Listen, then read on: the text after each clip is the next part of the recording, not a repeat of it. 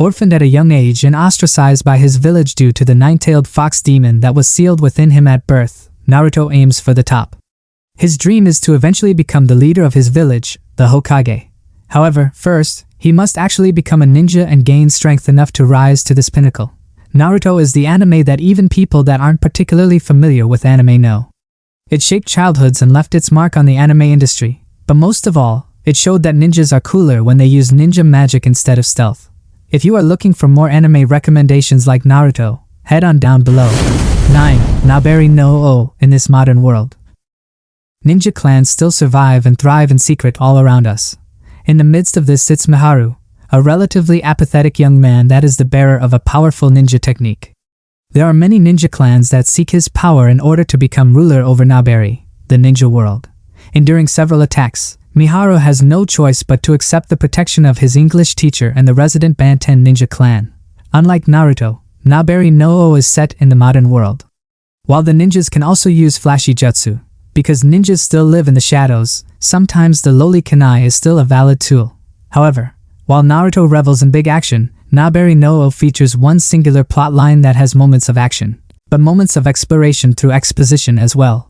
It isn't quite as fast-paced as Naruto. Essentially, the thing Naberi no O and Naruto have most in common is that they are about ninjas. 8. Yu Yu Hakusho. Much like Naruto in his self-titled series, Yu Yu Hakusho's 14-year-old Yusuke Urameshi was a loudmouthed delinquent until one fateful day changed his life forever. After unexpectedly sacrificing himself to save the life of a young boy, Yusuke was given another chance at life by the infant ruler of the spirit world.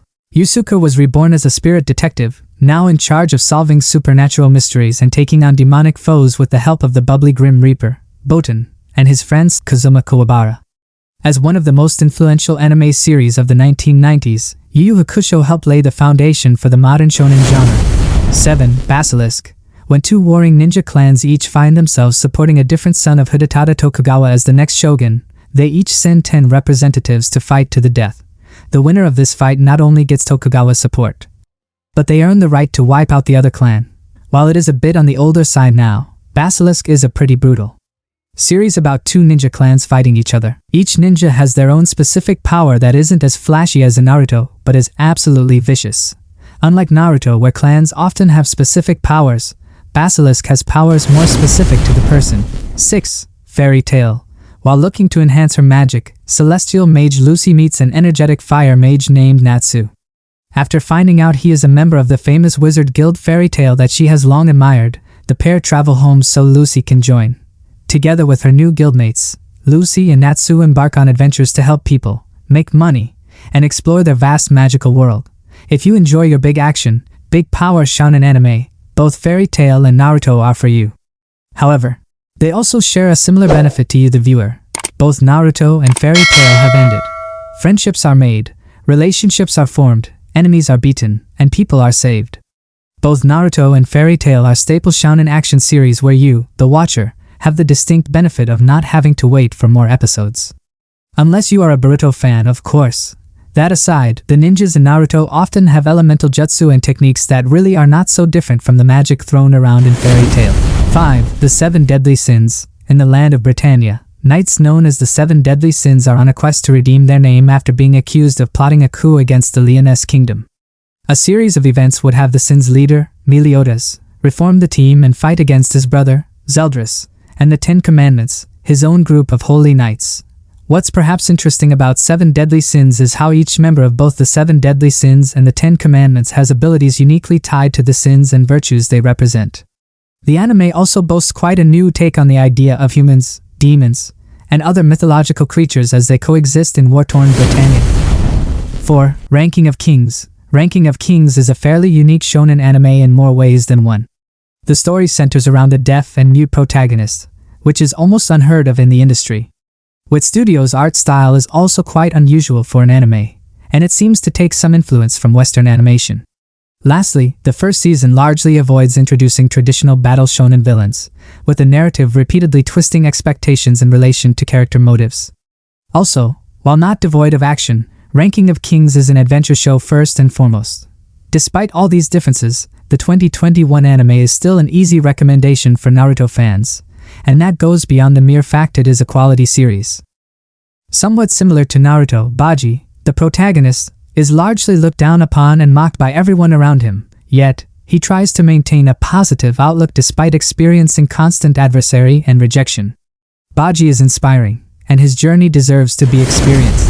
3. Usio and Torah, a cult classic shonen manga that enjoyed a successful run during the 90s.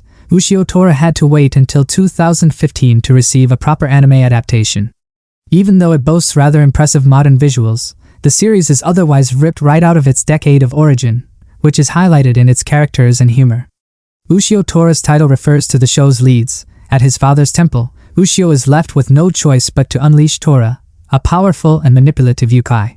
The two wind up working together as they face the many supernatural dangers that plague their world. 2. Soul Eater takes viewers to the afterlife, where the Death Weapon Meister Academy trains students to hunt the souls of evil humans, witches, and other supernatural entities. Headed by Death himself, is composed of two-person teams consisting of a demon weapon, or a human that can transform into a weapon, and a Meister who wields them. In the story, Maka Alburn and Soul Eater team up with fellow students to stop the ever-present threat of witches. The witch Medusa, in particular, appears to have a sinister plot that will upend the status quo of the afterlife at large. Soul Eater is easily a must-recommend for Naruto fans courtesy of its amazing action scenes, interesting power concepts, and strong themes of friendship. 1. Claymore is set on a medieval island infested by the monstrous Yoma. To fight these threats, the mysterious organization employs female warriors called Claymores. Named after their signature Claymore weapon and silver eyes, Claymores use their half-Yoma physiology to gain power and strength equal to the monsters they face. Claymore number 47 Claire ends up embroiled in a conspiracy that would have her question the very organization she grew up in. Unlike the more cheerful Naruto, Claymore has a darker and more realistic take on the horrors of life in a world plagued by monsters. However, similar to Naruto, Claymore boasts its fair share of exciting fights.